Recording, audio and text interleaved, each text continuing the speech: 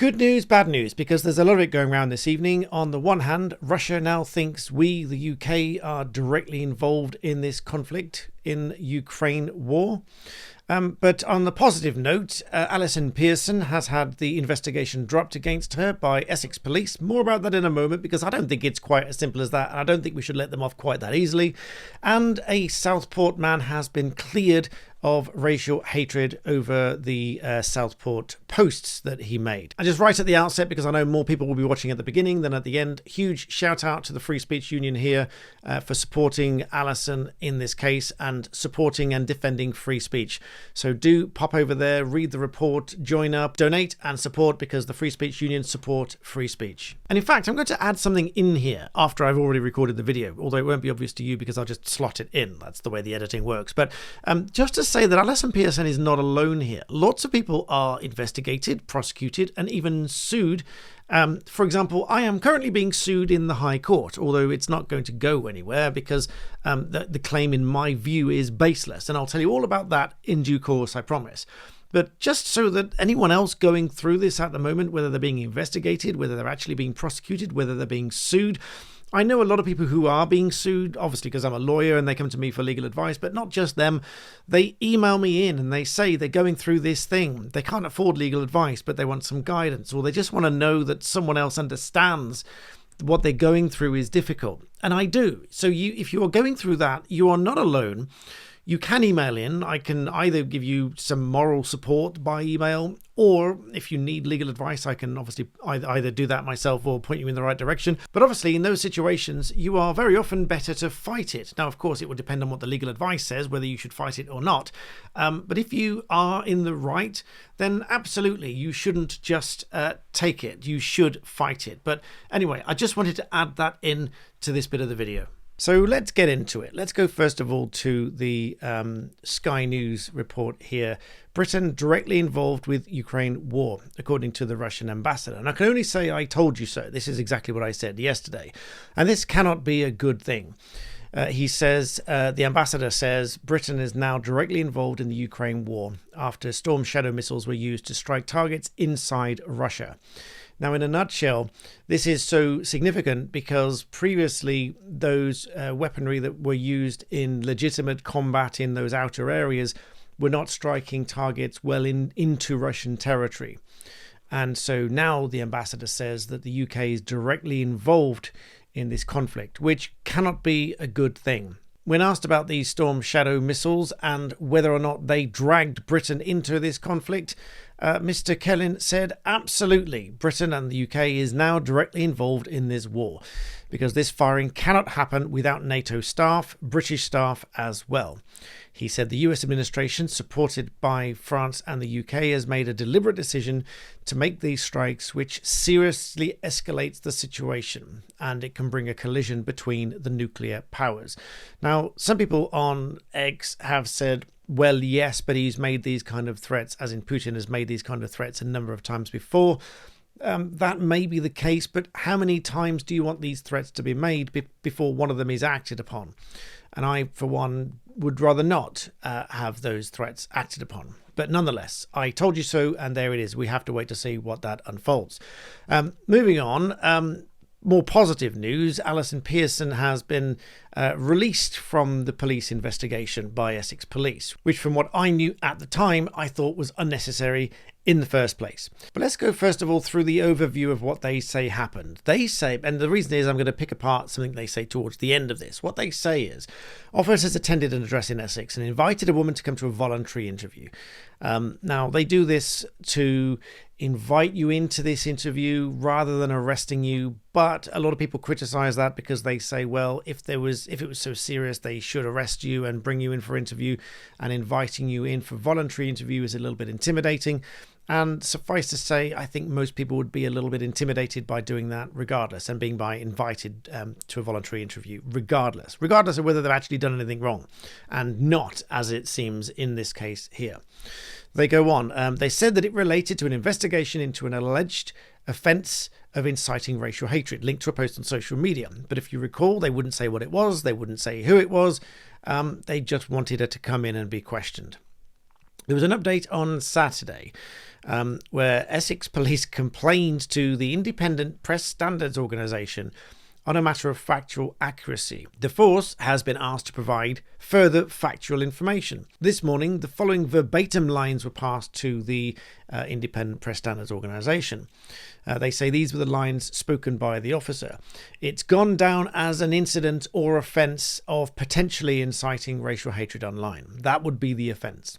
Because of what's been alleged and the evidence that we've got, I just need to ask you some questions, the officer said. It's what's been alleged, and if there's an offence we need to ask questions about, then we need to do that. It then says Essex Police supports free speech. Now, being devil's advocate here, on the one hand, if there was a serious inciting of racial hatred online, yes, they need to investigate that. But if it's just a comment that somebody takes the wrong way or they take personal offence when objectively it's not really offensive, and just for the avoidance of doubt, being offensive by itself is not an offence. You can say something that somebody finds offensive and that in itself is not an offence. You can say something which is a very strong opinion, which we'll come back to in a moment. You can say something that is very strongly opinionated and very polarised, left or right, and that is still fine. That in itself is not an offence. Whether you incite hatred, meaning you are encouraging or inciting racial hatred online, that is different. But again, that wasn't clear at the time, that wasn't said at the time, and she wasn't told what it was. Anyway, there's a further update at 5 p.m. this evening. Essex Police has reviewed this case, having sought advice from the Crown Prosecution Service. So they went along to the CPS for advice on charges for this, and the CPS came back and they have advised that no charges should be brought.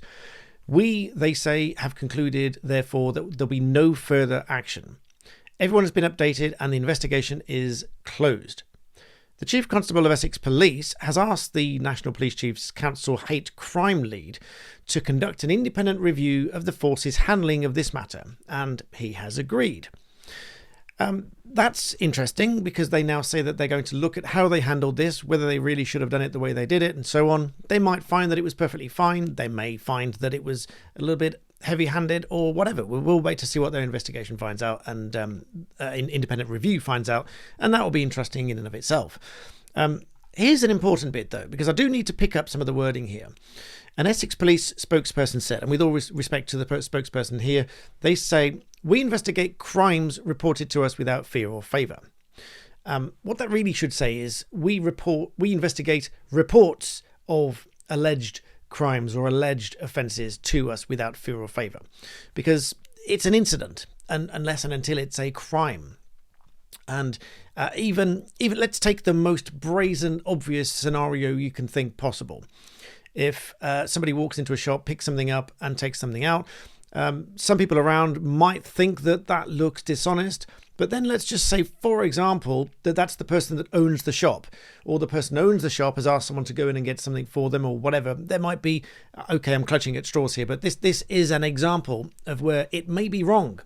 So if that were reported as a crime of shoplifting, and I know there's a lot of shoplifting around, which is why I'm using the example. And I dare say that most of those are probably crimes that need to be prosecuted and so on. But let's take the example. Just bear with me. Take the example that it is the owner of the shop that's gone and taken it, or the owner of the shop has asked somebody to go and take it, or they've already agreed with the shop to exchange something and they just go in and change it or whatever. I've been in that situation before now, where I've bought a sweater or something from a shop, and in packing it, they've tried to get the hanger out and they've pulled the neck of the sweater. And I thought, that's a bit odd. You're wrenching the neck of my brand new sweater. So I wasn't really happy with that. So I said, do you mind if I swap this on the way out? Because you've just pulled the neck and that's obviously not good. It's now all stretched and it's pulled out of shape. They said, yeah, fine, just take a new one as on the way out. So I took the sweater past where it was on the shelves and I swapped it. And I walked out with the sweater under my arm. And so obviously security may have thought, hang on a minute, that guy's just picked something off the shelf and walked out. But obviously in that situation, if that was reported as a crime, that is false, because there's a very good explanation for it. I've already paid for it and I've got permission to go and do that. So it's not always as it seems. So coming back to the wording of this, it says, we investigate crimes reported to us without fear or favour. Sure, if a car's stolen, then on the face of it, there's been an offence committed, and you report it because your car has been stolen, in inverted commas. And so we've had situations before now where someone's reported a car stolen, but actually it was the garage picking it up because they'd agreed to pick it up for service and things like that. You get the point. There's always a slither of an explanation there. So it's alleged offences. Then it says, we're sometimes faced with allegations of crime where people have strong opposing views. Yeah, that's true as well. In fact, I get a lot of people that disagree with what I say in my videos sometimes. In fact, some people report me to my regulator and say that they don't like what I've said. They don't like my opinion. But with all respect to those people, that is either just my opinion or they've misunderstood, because I don't often give you my opinion, on this channel at least. On my other channel, Black Belt Secrets, link below, I do give you my opinions. I make it clear that it's my opinion. And even on this channel, I make it clear that it's my opinion. And if it is my opinion, I say it is just my opinion. I usually give you both sides. At least I try to give you both sides of the argument, like I'm doing here. When someone appears to be a shoplifter, it's always, well, it's possible that they were just X, Y, or Z. Another one I've reported on before now, where somebody was coming through a train station turnstile, and it looked like they'd assaulted the person. I said, it looks like they've assaulted them. You know, maybe it was an accident, maybe they did it on purpose, maybe they didn't do it on purpose, etc. You don't know unless it's been thoroughly tested. And that's sort of the point here. These are alleged offences unless and until they're proven. But there are also strong opposing views. Police go on, the police spokesperson goes on, that's why we work so hard to remain impartial and to investigate allegations regardless of where they might lead. Now, that's all fine, save for the fact that I think there should be, as was proven in this case by the CPS backing up and saying that this should not be prosecuted, backs up the point that a lot of these things are just opinion. And I do stand up for free speech, because Article 10, freedom of expression, it is a qualified right, meaning it can be interfered with by the state if it's necessary and proportionate. So, for example, you have the freedom to express yourself, but not for hate speech and things like that. So it shouldn't go that far. Speaking of hate speech, I won't cover it in this video, but there are other incidents that people have emailed me about, and I've read about already, obviously, of hate speech around the country that the police have said, nothing to see here, we don't need to investigate that. Well, that would absolutely be two-tier policing. If the police immediately say we don't need to investigate that, but we're investigating Allison Pearson, as in this case they did here, that would be two-tier policing, because it's two separate rules. And I think an MP recently commented that there's too many police forces, they need to merge because there's too many different police forces doing it in their own way. And in fact, even Keir Starmer saying that it's down to the police force and each and every police force to do things their own way. That leads to a tendency for inconsistency. Now, they do strive for consistency, and they won't always get it right. And the more forces there are, the more decision makers there are, the more likely they are to have inconsistencies across the board. Speaking of inconsistencies, we now come to one of the Southport Riot cases where a man has been cleared of racial hatred over the Southport posts. This is really interesting because this absolutely comes to, let me move this across so you can see it a little bit better.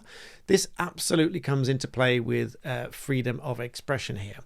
So a man's acquitted of stirring up racial hatred in a series of social media posts shared before and after the Southport killings. A court heard that Mark Heath repeatedly posted false claims that the offender behind the attacks was an asylum seeker named, etc. He denied publishing threatening, abusive or insulting material to X, telling the court that these were his strong opinions that did not encourage violence. And so this is my point here. I'm not encouraging people to do so, but you can, if you so wish, air your strong views so long as you're not encouraging violence, you're not inciting violence, you're not inciting racial hatred and things like that.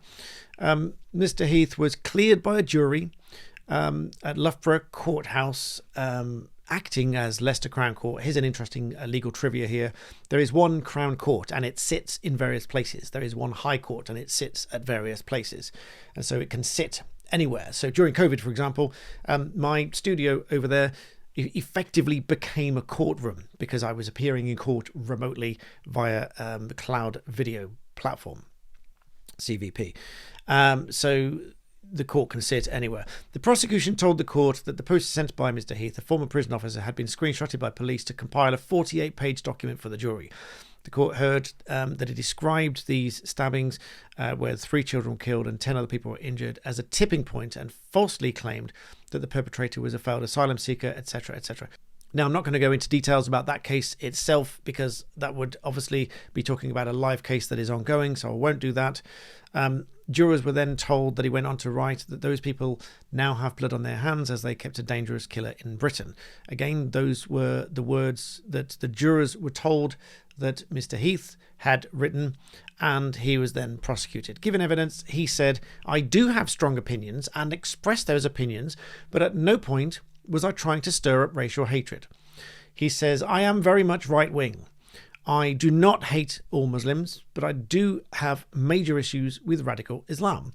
And I think a lot of people think like that as well, most likely. I think a lot of people that have issues with radical extremism, quite obviously, the vast majority of those people will not hate all of the people that are of that particular faith.